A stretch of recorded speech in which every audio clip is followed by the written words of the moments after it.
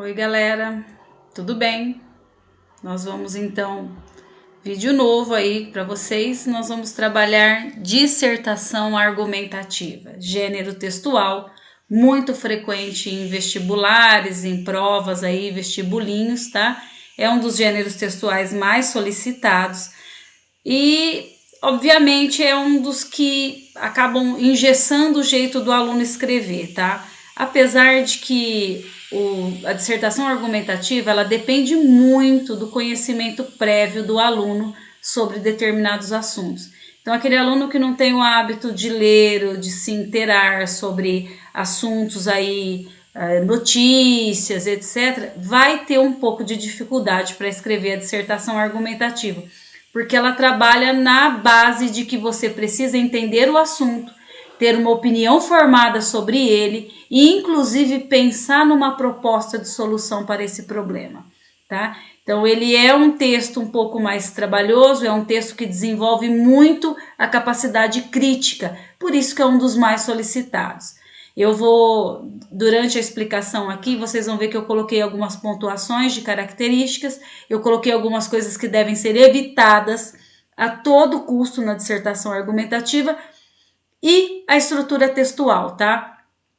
Eu vou ensinar basicamente a você montar, mas o assunto, a desenvolver o assunto, isso depende da capacidade de cada um, tá? Isso não tem muito milagre a ser feito. Se você não consegue pensar absolutamente nada sobre o problema, não sabe se inteirar sobre isso, é aquelas catástrofes que a gente vê aí no Enem que aparecem, né? O último Enem, ou o penúltimo, não sei, penúltimo, que falava sobre Libras, que é a linguagem dos sinais dos surdos mudos. O que teve de gente que colocou sobre o signo de Libra, inclusive é o meu, mas, pô, se você não sabe nem que a linguagem de surdos, né, a gente não fala mais surdo mudo, porque todo surdo é mudo, né? Se você não sabe que a linguagem do surdo se chama Libra, como é que você vai conseguir desenvolver um assunto sobre isso? Então não adianta você decorar a estrutura, o que você tem que fazer se você não entende sobre o assunto. Por isso que a leitura, estar a par dos assuntos, do que está acontecendo ao seu redor, né? O mundo em geral é muito importante para que você consiga desenvolver isso daí, tá? Não tem milagre, gente. Precisa estar antenado sobre os menores assuntos possíveis. Eu vou conversar sobre isso no final. Vou falar para vocês algumas técnicas, não, né?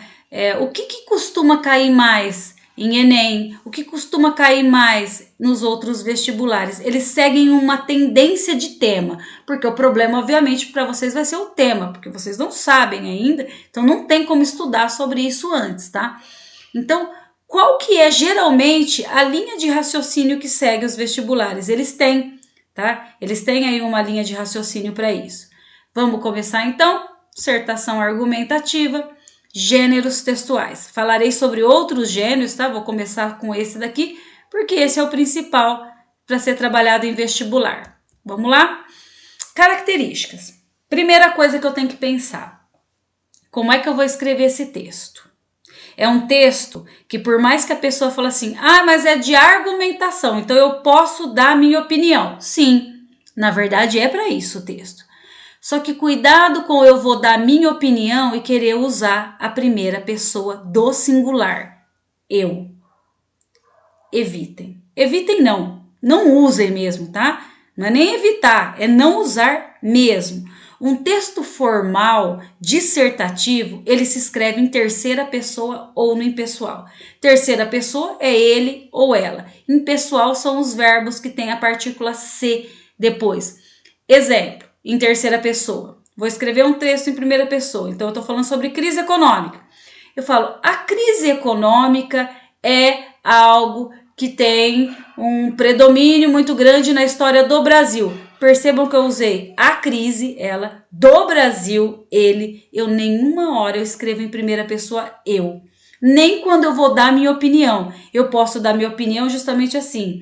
Levando em consideração o momento atual, deve-se, impessoal, deve-se praticar, não sei, uma cultura de de subsistência que tem a base aí no...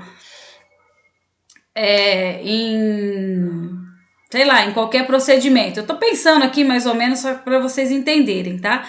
O que eu tenho que fazer? Evitar ao máximo escrever na primeira pessoa. Então, terceira pessoa ou impessoal, trata-se, deve-se, fala-se, nota-se. Todos esses verbos que tem essa partícula C depois são verbos impessoais, ou seja, não tem uma pessoa que conjuga ele. Não tem o eu, tu, ele, nós, vós, eles, tá? Então, são os verbos preferidos aí para se fazer uma dissertação argumentativa. Eventualmente, vai aparecer a primeira pessoa. Eventualmente, significa que em uma vez ou outra aparece uma primeira pessoa. Você pode colocar, mas coloque a primeira pessoa do plural, nós. Não que você vai escrever nós. Você vai conjugar o verbo diretamente na primeira pessoa do plural. Por quê, gente? Porque geralmente na primeira pessoa do plural significa que você está se englobando, você está se colocando junto com as demais pessoas. Por isso que eu uso nós. Não é uma opinião única, pessoal. É você se colocar dentro da situação com outros. Como você vai tratar assuntos polêmicos aí, assuntos que têm características sociais, é interessante você se colocar junto com os demais. Então, você colocar ali, onde vai aparecer essa primeira pessoa do plural? Aonde você dá a sua opinião, tá? Eventualmente temos, por exemplo, né? Temos que pensar que a crise é algo passageiro. Percebeu? Temos. Eu não coloco nós. Eu coloco, mas é assim, ó, é um aqui, outro lá no fim, tá? É uma coisinha assim, quanto menos, melhor. E se eu não usar nenhuma primeira pessoa? Beleza, tranquilo, usou em terceiro ou em pessoal, sua dissertação argumentativa está maravilhosa, tá? Eventualmente eu quero usar uma primeira pessoa do plural, porque eu quero me colocar na situação, eu quero dizer que nós temos que fazer alguma coisa, que nós como brasileiros, como cidadãos, etc. Ótimo. Cuidado com a quantidade de vezes que você irá colocar. O mínimo, tá? Neste caso, menos é mais. Depois, preocupação com a linguagem. Nossa, isso aí depois eu vou trabalhar lá no que não deve aparecer na dissertação, tá, gente? A linguagem é padrão formal. O quanto mais formal for, melhor. Eu não tô dizendo linguagem culta, difícil, você usar umas palavras que nunca foram vistas na vida. Mas, gente, o mínimo de erros gramaticais possíveis. Então, é a pontuação, é escrever uma palavra corretamente, usar o plural das palavras, né? Não usar linguajar muito coloquial, muito informal, esse do dia a dia. Ora, se eu tenho uma palavra melhor para designar alguma coisa, eu uso essa palavra. Substituições é a chave da dissertação argumentativa. Eu não consigo, eu fico escrevendo a mesma palavra toda hora. Substitua. Sinônimos existem para isso, tá? Por favor, respeite, eu vou falar isso a respeito aí, na estética do texto, mas a linguagem padrão formal corretíssima, objetiva, clara, ela é imprescindível para que você escreva uma dissertação argumentativa nota 10, tá? A letra, lógico, gente, não adianta nada a pessoa escrever bem pra caramba e uma letra que o outro não consiga ler. Aí não tem santo que ajude, né? Então tem que tomar todos esses cuidados. É um texto muito formal, então é um texto que você tem que tomar cuidado com tudo. Desde sua estrutura, até a sua escrita, até a sua ideia. Tudo deve ser pensado antes de escrever uma dissertação argumentativa, tá? Os temas, todos os temas. Geralmente eles são polêmicos e atuais, tá? Quando não, as duas coisas juntas. Polêmicos é que divide opinião, tá? Tudo que é polêmico é que não tem uma unanimidade, não tem pessoas que pensam a mesma coisa. Por isso que é colocado lá, por isso que tem proposta de solução, tá? Os temas polêmicos são os que dividem opiniões. Então pode ser desde temas super polêmicos, como a liberação do aborto, a legalização do aborto, como assuntos um pouco menos polêmicos, como foi o do ano passado a respeito da democratização do acesso ao cinema. Infelizmente, o ano passado, quando eu vi sobre esse assunto, teve muitas pessoas que foram até a internet, que a internet é a Jerusalém, o muro das lamentações da vida, né? E as pessoas começaram a reclamar. Onde já se viu? Como é que eu vou falar sobre cinema se eu nem vou? Porra, cidadão, esse assunto era para você. Democratizar é dar acesso a todos. Então, democratizar o acesso ao cinema é dar oportunidades a todas as pessoas de ter uma vida cultural, né? Lembra que eu falei para vocês que a cultura lá na época na época da Idade Média, lá o humanismo não era para todo mundo. Então democratizar uma das formas, uma das artes para o povo é uma coisa maravilhosa. Quantas pessoas não vão ao cinema por causa do preço, né? Muitas.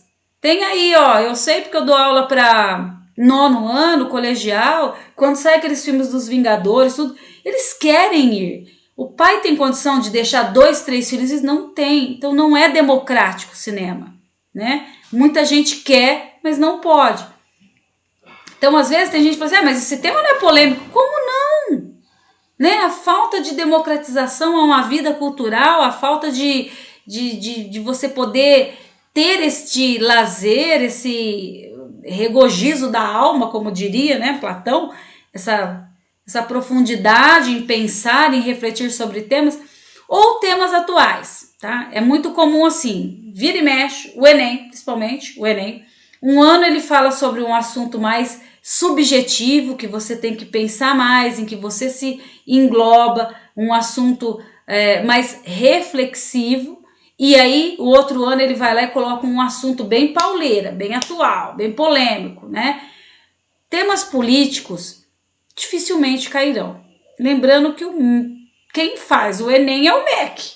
Ele não vai colocar um assunto lá para você meter o pau no governo atual, tá? Então, não fiquem com a esperança de que vai aparecer um tema muito político para vocês descerem a madeira na direita, ou descerem a madeira na esquerda, ou xinga Lula, ou xinga Bolsonaro. Isso não irá acontecer, tá? É o MEC que faz. Então, o MEC é do governo. Ele não vai colocar nada ali para vocês falarem muito mal do governo. Vocês podem reclamar do Estado, né? Do Estado como mantenedor das coisas, mas vocês não vão poder ficar xingando o governo, mesmo porque é uma redação onde você não xinga absolutamente ninguém, tá? Você tem que dar o tapa de luva com a pelica, literalmente isso, tá? Então, os temas têm que ser sempre muito atuais, tá? Às vezes são temas de ordem universal, mundial, às vezes são temas só regionais mesmo, só do seu próprio país ou da sua própria região. Então, sempre é assim, vocês têm que estar sempre ligados em tudo. Ah, eu não sei o que pensar a respeito de surdo-mudo. Cara, é um assunto. É que nem falar sobre, por exemplo, moradores de rua. Você já parou para pensar na situação deles? No que poderia ser feito? E como ele chegou lá? Os dados? O país tem tanto. O que acontece com essa gente? Perceba que são assuntos que estão ao seu redor, mas que você dificilmente pensa sobre eles, né? Dá esmola para alguém. O que você acha disso? Ah, não sei. Não sei não. Você tem que pensar sobre isso. São assuntos que estão no teu dia a dia aí te rodeando e que você não para pensar. E que pode muito bem cair aí num Enem da vida, tá? Dentro desse gênero textual, obrigatoriamente, você tem que ter opinião sobre isso, tá? Então, vai ter que ter a sua opinião, ela tem que estar clara ali em algum momento. Você faz comparações dentro do teu texto. Então, você compara uma situação. É muito comum as comparações históricas, tá? E é muito comum começar com essas comparações históricas. Então, você vai falar sobre, por exemplo, a esmola.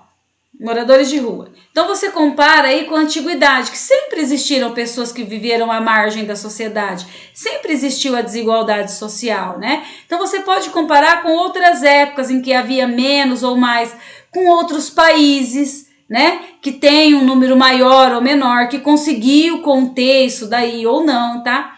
Usar dados, fatos, muito importante, dados e fatos, geralmente, você não vai ter números, né? Porque números são incontestáveis, na verdade.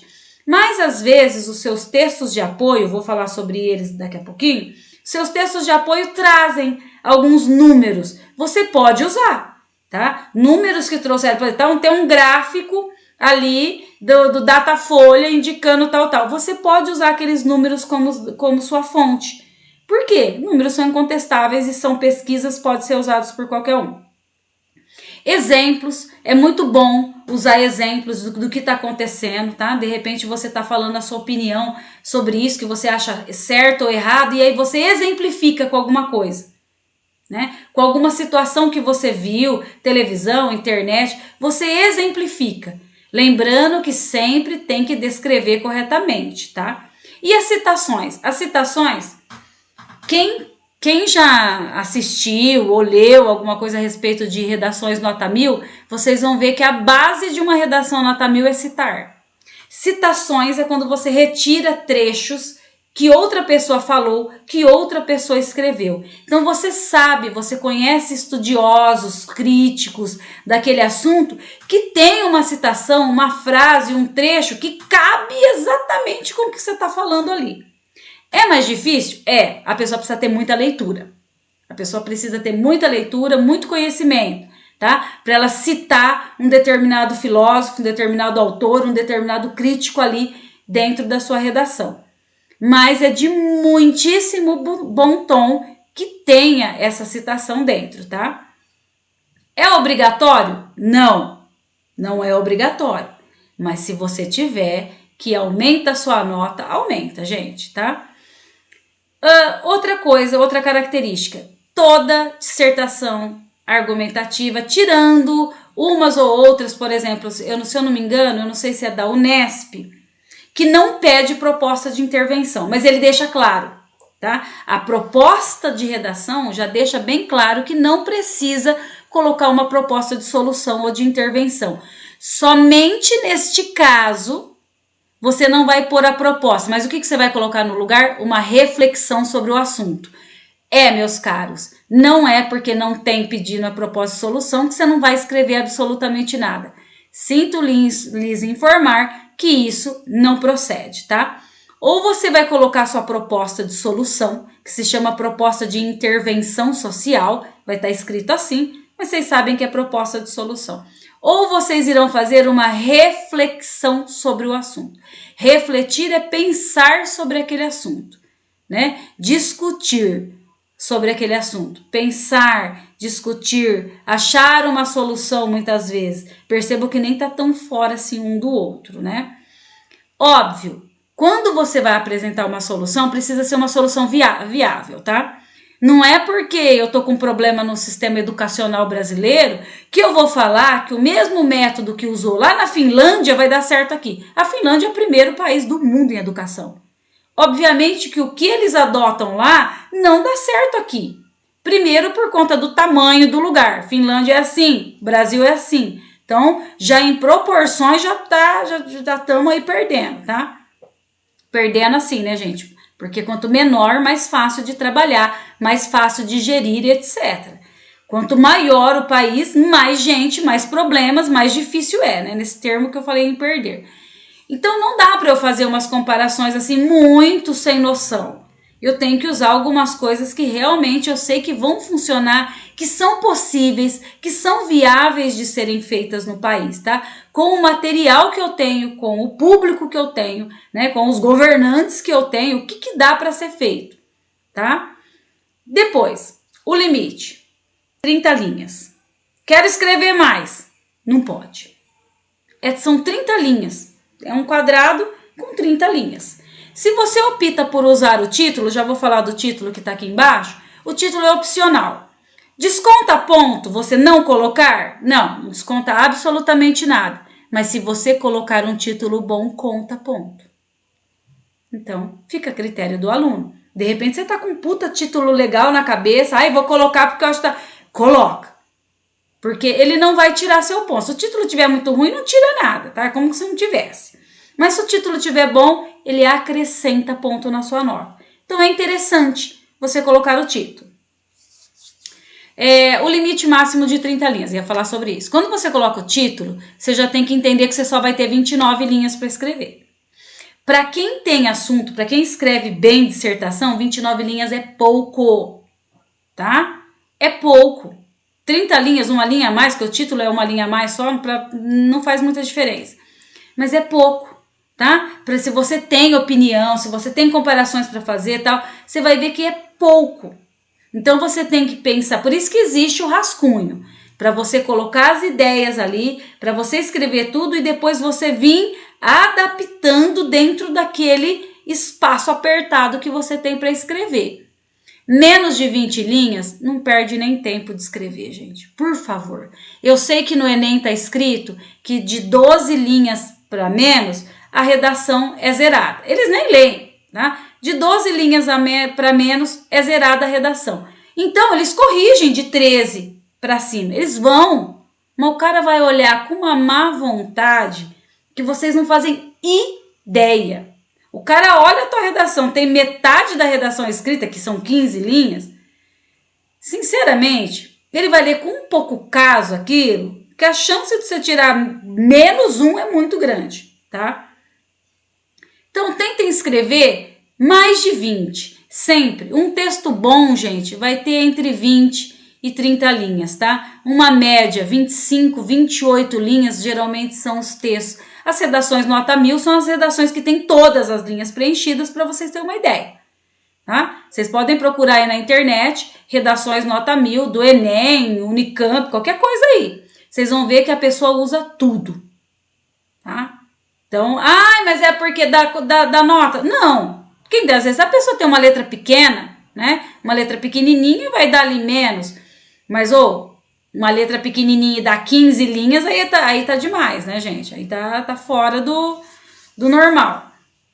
A estrutura textual é obrigatória, eu vou falar sobre ela no final, tá? Quando eu falar sobre essa estrutura que é obrigatória, ou seja, não é facultativa. Eu não escolho como eu vou escrever a minha redação. Eu não escolho quantos parágrafos eu vou escrever. Eu não escolho o que eu vou escrever primeiro, o que eu vou escrever... Não, é obrigatória a estrutura, tá? Ela segue uma sequência óbvia e não dá para mudar. Se eu quiser, eu posso fazer isso? Não, você não pode, tá? Eu vou ensinar, tá lá a estrutura certinha como deve ser seguida. Vocês têm que seguir a estrutura da redação. Não obstante, precisa-se ter cuidado com a estética do texto. O que é a estética do texto? Ora, é o texto quando eu olho ele. Eu bato o olho no texto e falo, letra boa, não tem rasuras. Olha, o cara escreve até o final da linha, da margem certinho, separa a sílaba bonitinho, ele deixa ali a margem de 2 dedos para o seu parágrafo. Então, ele escreve certinho junto à margem esquerda e à margem direita, né? A letra é legível, não é bonita, tá? Letra bonita é uma coisa, letra legível é outra. Então, se o texto não tá sujo, a gente tá comendo e derruba as coisas em cima do texto. Gente, tudo isso é estética do texto. Então, a pessoa vai olhar. A gente olha isso, tá? Eu já cato uma redação e já olho um monte de rabisqueira, já não me dá vontade de nem corrigir, tá? Texto cheio de rasura é a morte. Por quê? Porque você não pode passar toque mágico, branquinho. Então, você vai fazer o quê quando você erra? Aí tem gente que faz aquela cerca de arame farpado, assim, sabe? Gente, passa um risquinho, deixa a palavrinha entre parênteses, passa um risquinho e continua na frente. Não vai ficar fazendo aquela coiseira assim, não, tá? Batimento cardíaco, essas coisas. Nada disso, tá?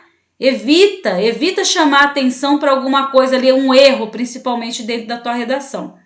Lembra? Menos é mais. Então, você precisa tomar esse cuidado com a estética do texto. Seu texto, a gente chama de texto que tem muita rasura, ou que o cara não escreve até o final da margem, de texto sujo, é o nome que se dá para quem corrige redação, tá? É um texto sujo. Não é um texto apresentável, tá? Um texto limpo.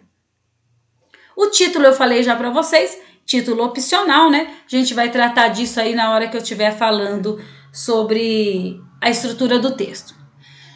O que não pode ocorrer? Mas de maneira nenhuma dentro do texto eu não posso usar gíria. Pelo amor de Deus, né, gente? Você escrever gíria, palavrão, palavras de duplo sentido, que são as ambiguidades. A pessoa adora colocar frase ou palavrinha que tem duplo significado. É a morte. E as frases clichês? Sabe aquela frase clichê ou ditado popular que todo mundo fala, aquela coisona bem senso comum? Pelo amor de Deus. Aí o cara fala assim, porque é melhor um pássaro na mão que dois voando. Não, tiro na cabeça, pelo amor de Deus. Né? Não se usa nunca essas coisas. Isso aí você usa no teu dia a dia, na tua linguagem informal. Aí você usa gíria, você fala palavrão, você fica fazendo aquelas brincadeirinhas de palavra de duplo significado, você fica com essas frases clichêzona aí, sabe, de para-choque de caminhão, essas cantadas de pedreiro, sabe, essa coisa bem, nossa. Isso aí você usa no teu dia a dia. Num texto formal, jamais, meu caro, jamais, tá? Mas e a citação? A citação não é um ditado popular. Você não vai colocar como citação um ditado popular. A citação tem que ter autor. E um ditado popular não tem, é anônimo, é oral, tá? Alguma coisa que as pessoas falam aí, que serve aí como mensagem ou moral. Você não vai usar isso. A tua redação não é frase de para-choque de caminhão. Pelo amor de Deus, tá? Repetição de palavras.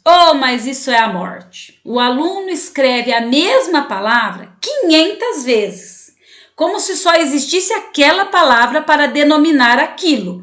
E a gente sabe que não. A língua portuguesa é muitíssimo rica, tá? Ela tem sinônimos para praticamente tudo. Praticamente todas as palavras têm sinônimos. O que eu faço? Substituo. Eu posso, por exemplo, supomos que nós estamos falando sobre o aborto. Então, eu vou repetir a palavra aborto em algumas vezes. Eu posso colocar interrupção da gravidez, né? Essa prática considerada ilegal. Eu não preciso ficar voltando e falando a palavra aborto toda hora, tá? Eu posso substituir, eu posso usar alguma frase que me retome o que eu estou dizendo antes, tá? Então, eu não preciso repetir. O que acontece com a repetição? Toda vez que eu repito muito as palavras, demonstra que eu não tenho léxico, eu não tenho vocabulário, né? Porque se eu não sei escrever outras palavras para designar algo, significa que eu não tenho praticamente nenhum vocabulário. Eu só conheço aquela palavra, por isso que eu fico usando só ela, tá? Demonstra pouco léxico, pouco vocabulário. Isso é péssimo, gente. O que acontece? Eu quero repetir. Beleza. Você fala aborto aqui, aí você passa um parágrafo, lá no terceiro você vai repetir de novo, tudo bem, mas precisa estar longe. Tem gente que repete a mesma palavra na mesma linha. No mesmo parágrafo, ela escreve a mesma palavra 2, 3 vezes. Sabe? Aí dá a impressão que fica aquela coisa, aquele disco, sabe, quebrado, falando a mesma coisa. Então, evitar ao máximo ficar repetindo as mesmas palavras, ok? Nesta pegada de repetir palavras é o uso do verbo achar e das duas palavrinhas fura-olho que a gente fala. É palavra fura-olho. O verbo achar. Por que eu não posso usar a palavra achar? Eu acho que eu devo usar. Você não acha nada. Vou te dizer uma frase clichêzona pra caramba, mas que faz todo sentido. Quem acha não tem certeza de nada. Frase clichê. Acabei de usar uma aí para exemplificar de cima. Quem acha não tem certeza de nada. E esse não é um texto para você não ter certeza. É um texto formador de opinião. Então, você tem que ter certeza do que você está falando. Então, ao invés de você dizer assim, cremos, ou, né, ao invés de você falar achamos, porque você vai usar a primeira do plural, você não vai falar achei, você fala assim, acreditamos, ou acredita-se que tal coisa, pensamos que isso é melhor, cremos que tal oportunidade deva ser dada. Percebeu tanto de outros verbos que dá para usar no lugar do achar? Tá? Quem acha não tem certeza de nada. Eu acho que isso é a melhor explicação que eu poderia dar para vocês, tá? Por que eu não posso usar a palavra as palavras coisa e negócio? Ora, se você procurar no dicionário, você verá que coisa é o nome que eu dou quando eu não sei denominar algo. Eu não sei o nome de algo, eu chamo aquilo de coisa. Novamente você cai onde? Na falta de vocabulário. Se você fala que aquilo é uma coisa, significa que você não sabe dar nome àquilo. É que nem negócio. Eu tenho um negócio para te falar. Negócio, no dicionário, são assuntos profissionais, transações profissionais ou comerciais, tá? Negócio, como você pode ver que as pessoas usam a palavra negócio no mesmo sentido que a palavra coisa. Aí eu tenho uma coisa para te falar, eu tenho um negócio para te contar. Gente, por favor, tá? Não usem a palavra negócio. Se você for usar no sentido de transação comercial, beleza, está corretíssimo. Em outra situação, não use. Então, aí eu tenho uma coisa para te dizer. Eu tenho algo para te dizer. Aquilo foi uma coisa da qual ninguém poderia duvidar. Aquilo foi um acontecimento. Aquilo foi um fato. Percebam que sempre há palavras para substituir coisa e negócio, tá? Não usem nem o verbo achar, nem as palavras coisa e negócio, tá? Lógico, a 4 aqui eu não precisaria nem falar a respeito, porque eu acho que ela já é autoexplicativa. Nunca. Se você vai colocar dados, fatos, exemplos, citações, você não pode inventar. Não se inventa essas coisas. Eu não sei nenhuma, não coloca nada. Não coloca, tá? Não inventa que é pior. Se você colocar dados irreais, citações falsas, ou colocar citação que não é da pessoa, não, gente. Se você só faz isso se você tiver certeza de quem foi que falou aquela frase ou que dado é aquele de onde foi tirado, tá? Se você não sabe, é melhor ficar sem, ok? Depois nós vamos para este item, que é o mais importante. É o mais importante porque é o que tira mais nota na dissertação. Ele é assim, são 5 critérios, tá? Depois eu falo sobre esses 5 critérios de correção aí para vocês. O que tira mais nota, o que tá no topo é falta de coesão e falta de coerência. O que vem a ser isso? Vou falar primeiro da coerência porque é o que é mais fácil de vocês entenderem. A coerência é quando o seu texto tem sentido. Tudo que você escreveu faz sentido, tá? Esse texto, quando eu falo assim, nossa, esse texto está coerente, ou seja, esse texto tem sentido. Tudo que você escreveu ali está dentro do que está sendo pedido, você conseguiu desenvolver aquilo de uma forma legal, então ele tem sentido o texto, ele está montado de uma forma que ele está com sentido. E o que é coesão? A coesão, ela é a responsável pelo sentido. São as escolhas que você faz para montar um texto que tem sentido. Então, é desde a escolha textual, gramatical, vocabular e as de ligações, tá? Então, é quando você usa as palavras corretas, no lugar certo, para que o texto fique montado certinho. Percebam que coesão e coerência são juntas. Eu não tenho um texto coerente sem coesão. Porque a coesão é quando eu escolho as palavras corretas, principalmente nas orações subordinadas. Eu escolho as conjunções corretas para poder introduzir alguma frase. Eu vou terminar a frase, por exemplo, eu vou fazer a minha conclusão. Então, eu estou terminando o meu texto. O que eu tenho que usar? Portanto, por isso, logo, sendo assim. Percebam que eu uso as palavras corretas para dar início, dar introdução ao meu parágrafo corretamente. Então, quando eu tenho essas escolhas gramaticais corretas, o meu texto tende a ficar coeso e coerente, tá? Então, coerência é o sentido, coesão são as palavras que eu utilizo para dar sentido para o meu texto. ok? É o que mais conta, ponto. Porque às vezes a pessoa tem até uma ideia boa, mas ela escreve de um jeito, ela escolhe palavras tão ruins que ela acaba com a coesão. Obviamente, se não tem coesão, o texto dela perde o sentido, tá, gente? Não tem como eu desvincular uma coisa da outra, ok? Agora nós vamos falar da estrutura textual em si. Como é que eu ponho tudo isso que eu acabei de explicar para vocês exaustivamente dentro do texto? Ora, é assim. Eu começo com o meu título. Se eu for colocar, tá? O título ele tem que ser criativo. Não caiam na armadilha de colocar o título igual ao tema.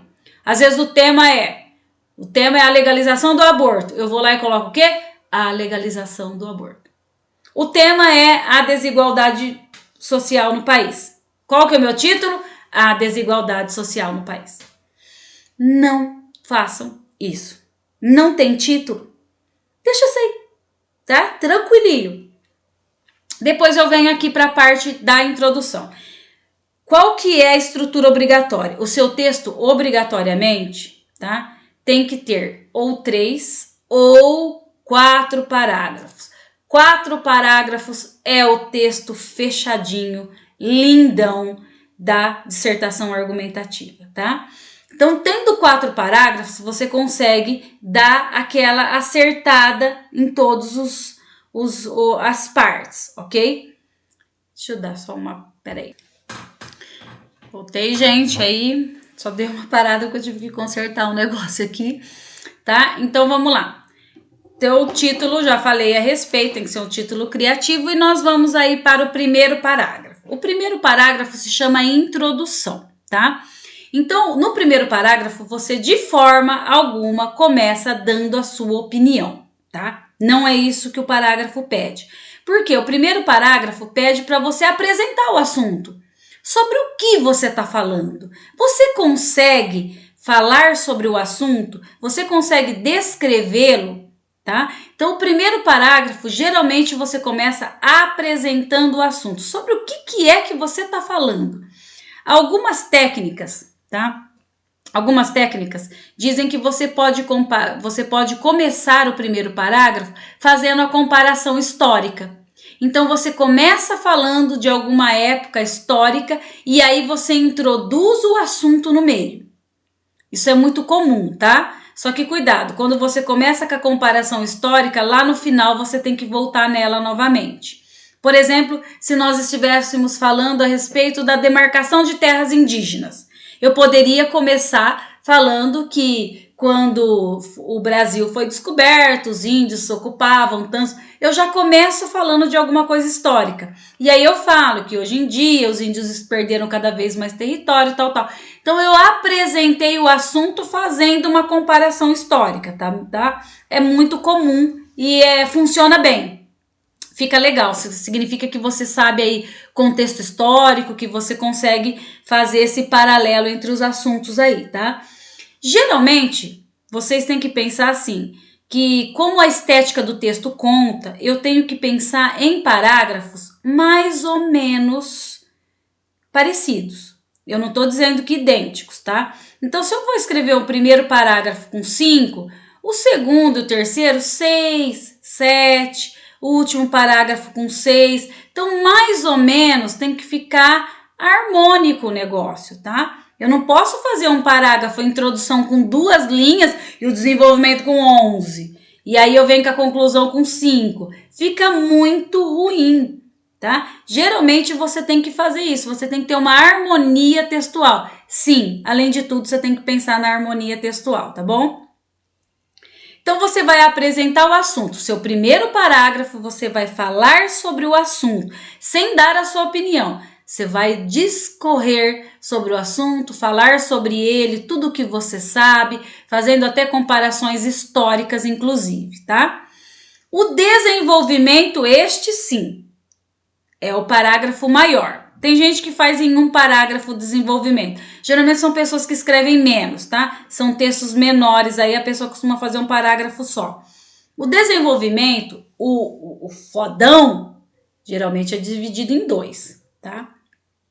No primeiro parágrafo, você vai dar a sua opinião baseada em quê?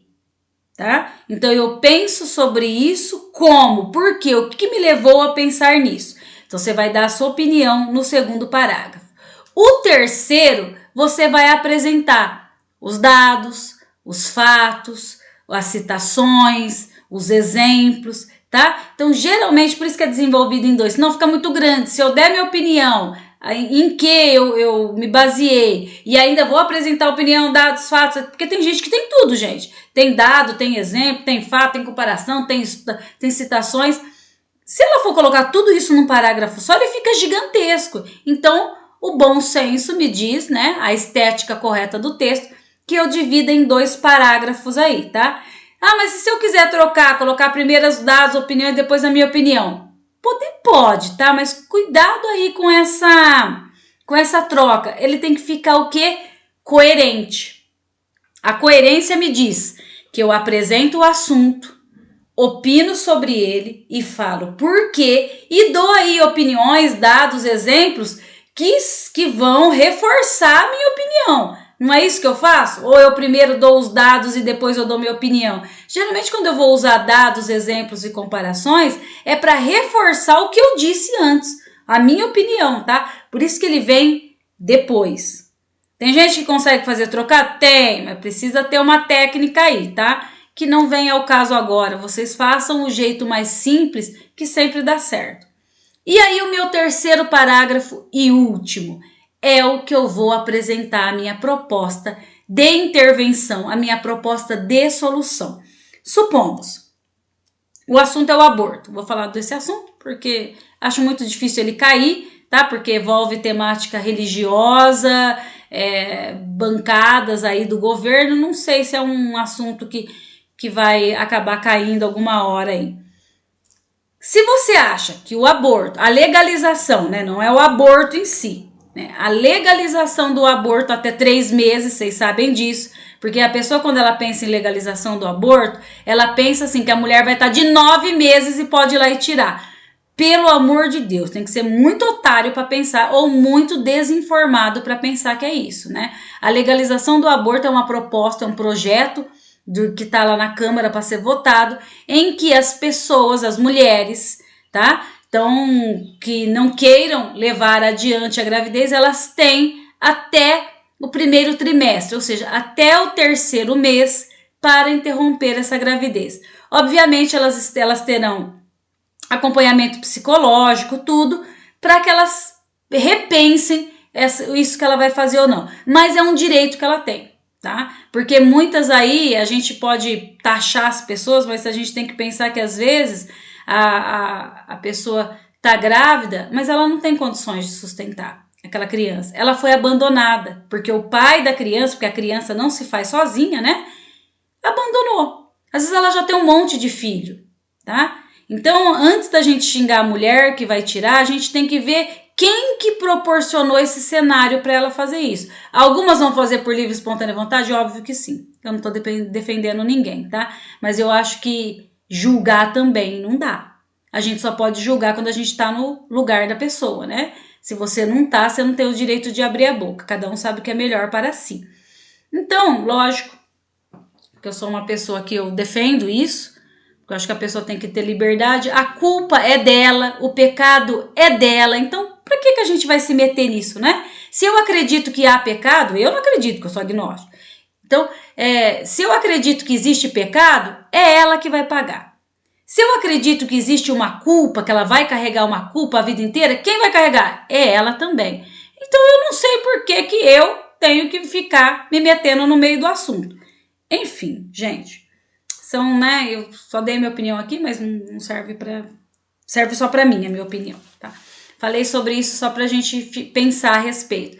Que eles falam que até o 3º mês o feto não tem ligações, terminações nervosas, que é o que provoca dor. A gente sente dor, na verdade, no cérebro. A gente não sente dor no local. É o cérebro que avisa que lá tá doendo.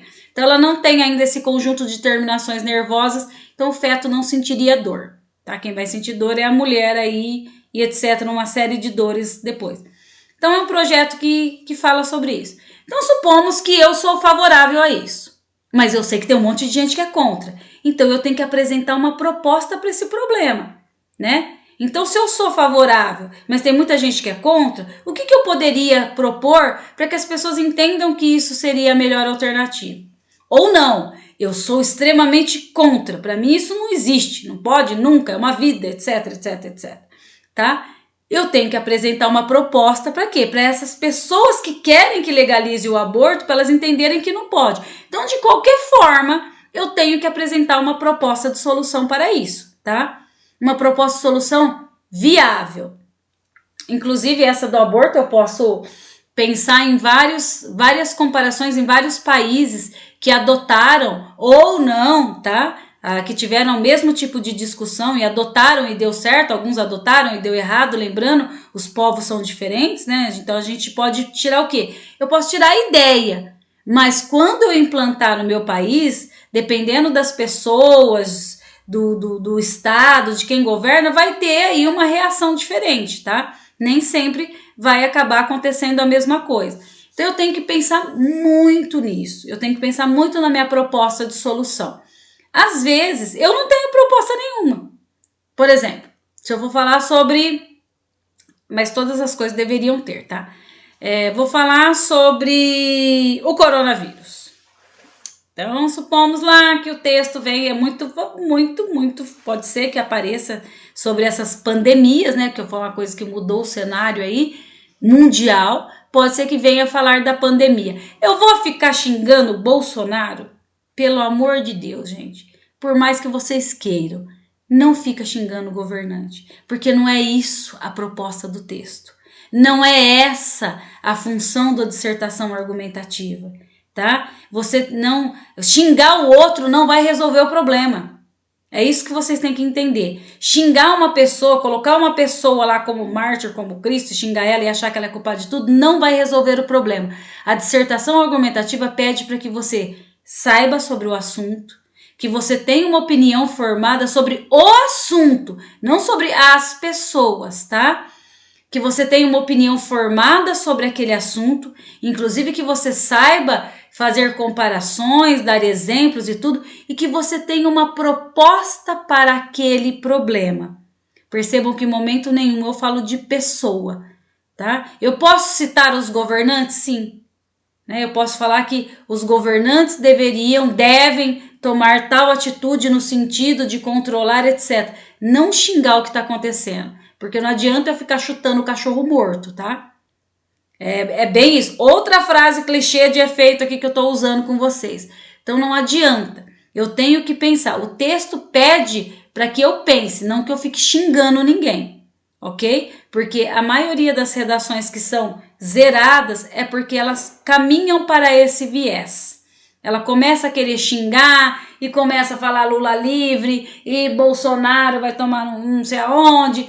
Gente, isso é mostrar que você é intelectualmente inferior, pelo amor de Deus, tá? A gente tem que ser capaz de se livrar desses conceitos aí pré-embutidos no cérebro pelas redes sociais e pensar de outra forma. O que eu penso sobre esse assunto?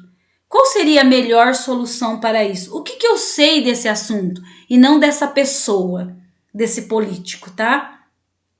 Isso aí vocês deixam para xingar na internet, que a internet é o campo de batalha para xingar esquerda e direita, tá? Aqui você não vai usar isso.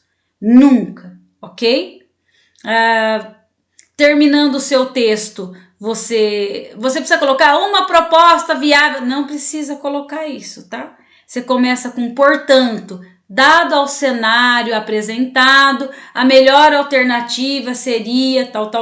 Perceba que eu coloquei tudo na terceira pessoa. Eu coloquei, uma introdução que eu entendo que eu vou entrar ali para uma proposta de conclusão. Eu tenho que saber usar aí as palavras certas, os conectivos, as conjunções.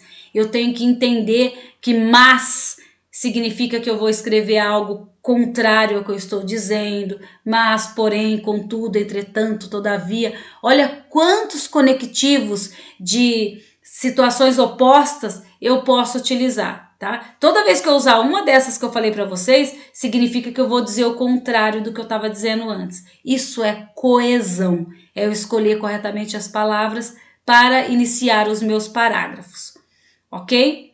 Qualquer coisa, eu tenho alguns assuntos, tá? Eu vou ver se eu faço uma lista de assuntos, de prováveis assuntos que podem vir a cair no Enem. Como o Enem caiu sobre um assunto democratização do cinema, pode ser que ele venha trazer um assunto mais reflexivo, tá? Em que você pense mais a respeito. Por exemplo, já teve uma vez que o Enem colocou o poder da leitura. O que você conseguiria falar sobre isso? Né? Qual que é o poder da leitura sobre os cidadãos, principalmente modernos?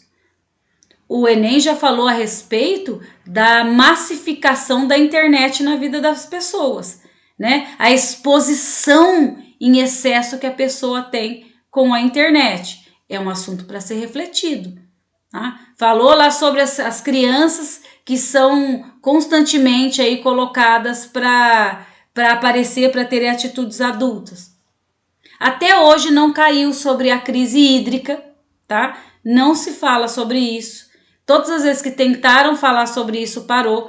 Uma época falaram que ia dar volta dos 50 anos da ditadura, isso não vai cair, tá? Porque provavelmente aí dado ao presidente ser simpatizante desse regime ditatorial, então provavelmente isso não vai cair. Talvez caia aí sobre as guerras no mundo, sobre o excesso de imigrantes, né? As pessoas que têm que deixar os seus lares, seus lugares por conta de guerra ou por conta de qualquer outra passagem aí, tá?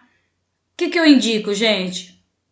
Leiam, assistam jornais, tá? Mas jornais confiáveis, pelo amor de Deus, cuidado com a fake news, em nome de Deus, tá? Cuidado com a fake news, cuidado para não ler coisas que não têm base, que são falsas.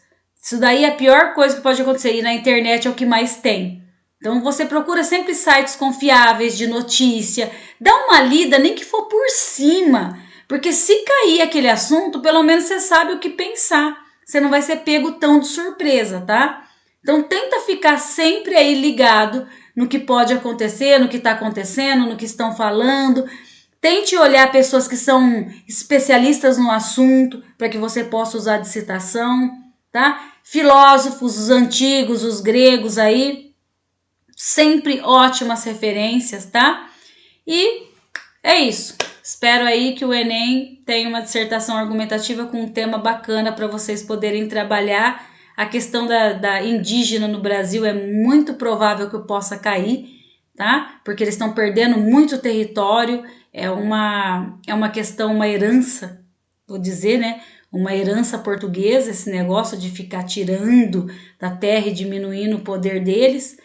Então é uma questão que pode vir a cair aí, ok? Falou, valeu, obrigada, tchau!